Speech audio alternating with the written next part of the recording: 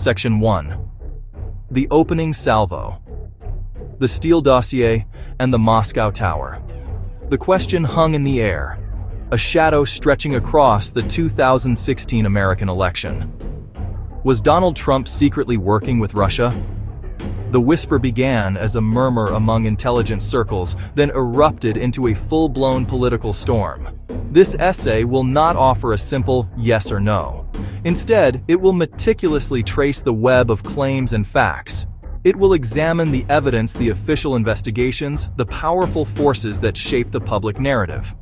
The goal is not to accuse, but to understand. The story begins not with a single event, but with a document that felt like a political earthquake. It was a collection of raw intelligence memos known as the Steele Dossier. Christopher Steele, a former senior MI6 officer with years of experience in Moscow, compiled the report. He was hired by a research firm working for Trump's political opponents. His dossier alleged a vast conspiracy. Section 2. The Web of Contacts. Tracing the origins of suspicion. The suspicion around Donald Trump did not materialize out of thin air. It was built on documented contacts between his campaign and individuals linked to the Russian government. Those interactions, once revealed, seemed to corroborate the darkest theories. Each new revelation added another thread to an increasingly complex web. One early figure was George Papadopoulos, a young foreign policy advisor to the campaign. In April 2016, London professor Joseph Mifsud told Papadopoulos Moscow had thousands of Clinton emails. That conversation predated public knowledge of the DNC hacks, a critical data point. Then there was Paul Manafort, Trump's campaign chairman for a key period in 2016. Manafort had a long history working for pro-Russian figures in Ukraine, including Viktor Yanukovych. Investigators found Manafort shared internal campaign polling data with Konstantin Kilimnik. The FBI assessed Kilimnik as having ties to Russian intelligence. Why would a campaign chairman give sensitive polling information to someone linked to a foreign intelligence service? The question fueled speculation the campaign might be coordinating with Moscow. Section 3. The Formal Inquiries. The Mueller Report, the FBI, and Congress. As smoke filled the political arena, official investigations were launched to find the fire. The FBI had quietly opened its counterintelligence investigation, codenamed Crossfire Hurricane, in July 2016. Its purpose was to determine if individuals associated with the Trump campaign were coordinating with the Russian government's interference activities. This probe operated in secret for months. Following Trump's firing of FBI Director James Comey in May 2017, the Justice Department appointed a special counsel, Robert Mueller, to take over the investigation. Mueller's team was given a broad mandate to investigate Russian interference, any links to the Trump campaign, and any related matters, including potential obstruction of justice. The Mueller report, submitted in March 2019, was the culmination of a nearly two-year investigation. The report was divided into two volumes. The first volume detailed Russia's sweeping and systematic effort to interfere in the 2016 election. It concluded that the Russian government favored Donald Trump and worked to help his candidacy through social media disinformation, the hacking and release of Democratic emails. It also documented numerous links and contacts between the Trump campaign and Russian-linked individuals. However, the report stated that the investigation did not establish that members of the Trump campaign conspired or coordinated with the Russian government in its election interference activities. It found insufficient evidence to charge a criminal conspiracy. The second volume of the Mueller report focused on obstruction of justice. Section 4. The Echo Chamber: How the Narrative Spread and Solidified. The journey from secret intelligence memo to public obsession was fueled by a powerful and complex media ecosystem. The initial publication of the Steele Dossier by BuzzFeed in January 2017 opened the floodgates. The dossier was salacious, it read like a spy novel, and it was irresistible to cable news and online media. Responsible outlets noted the claims were unverified, but the allegations dominated headlines and panel discussions. Experts, former spies, political pundits were brought on air to dissect every detail, blurring the line between confirmed fact and speculation. Endless repetition amplified the narrative, creating an echo chamber where worst-case scenarios felt plausible. Leaks from investigations provided a steady drip of new information. Beyond the political contacts, another line of inquiry focused on a simpler, more traditional motive: money. For decades, critics, investigators have asked whether Russian money had flowed into Donald Trump's business empire.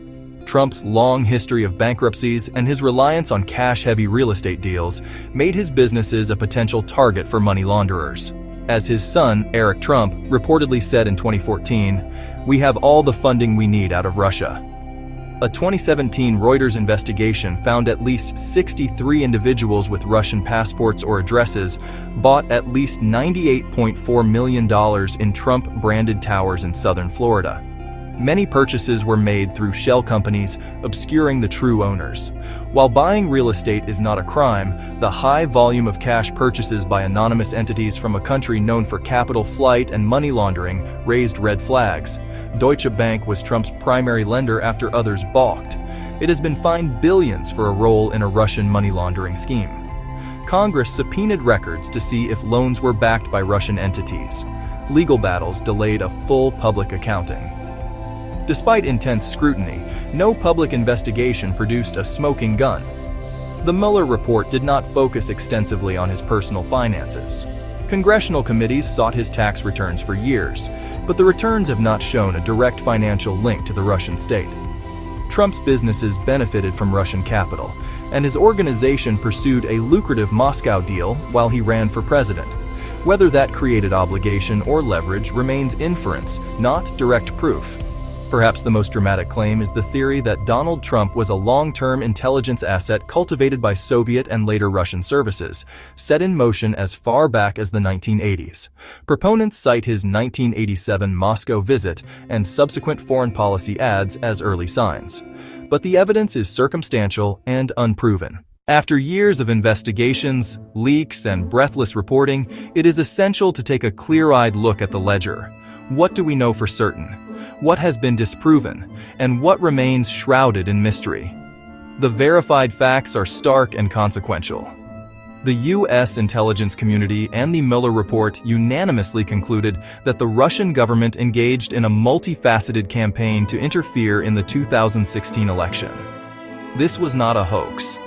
It involved hacking democratic networks and strategically releasing stolen emails through outlets like WikiLeaks. We know senior campaign officials had numerous contacts with Russian-linked individuals. The June 2016 Trump Tower meeting, predicated on receiving dirt from the Russian government, is a documented reality. Manafort's sharing of campaign data with a suspected Russian intelligence associate is confirmed by the Senate Intelligence Committee. Michael Flynn's secret conversations about sanctions are a matter of court record. These events show, at minimum, a profound lack of judgment and willingness to engage with offers of foreign help. By contrast, the most explosive Steele allegations, including the infamous tape, have never been corroborated. Mueller did not establish a well-developed conspiracy of cooperation with the Kremlin sufficient for criminal charges. The decades-long KGB asset theory lacks hard evidence and is considered unlikely by most experts. The Russia story unfolded amid a media landscape designed for outrage and division. The Internet Research Agency created thousands of fake accounts to pose as Americans, sow chaos, and erode trust. Their content reached as many as 126 million Americans on Facebook alone. Partisan media turned investigation into daily drama, hardening belief into identity on both sides. We must watch the facts, not the fear. Demand evidence, resist tidy narratives, and practice media literacy against evolving disinformation. Today is October 22, 2025. Years have passed since the height of the Russia investigation, yet its shadow lingers. The question, was Trump a Russian asset, was never answered with a simple yes or no, and perhaps it never will be. The official record provides a complex and deeply unsettling picture. Hostile foreign power launching a sophisticated attack on American democracy. Presidential campaign, shockingly naive. Presidential campaign, knowingly complicit in accepting foreign assistance. A president who sought to obstruct the investigation at every turn. What the public record does not contain is definitive proof of a quid pro quo or a formal master-servant relationship with the Kremlin. The most lurid claims remain speculative. Calling the entire affair a hoax is a dangerous oversimplification. The absence of evidence for the most extreme claims does not negate the mountain of evidence of serious transgressions. The only durable defense is critical thinking, media literacy, and a stubborn insistence on factual accuracy. We must refine scrutiny, separate evidence from allegation, and remember, in a digital age of disinformation, democracy survives only if truth still matters.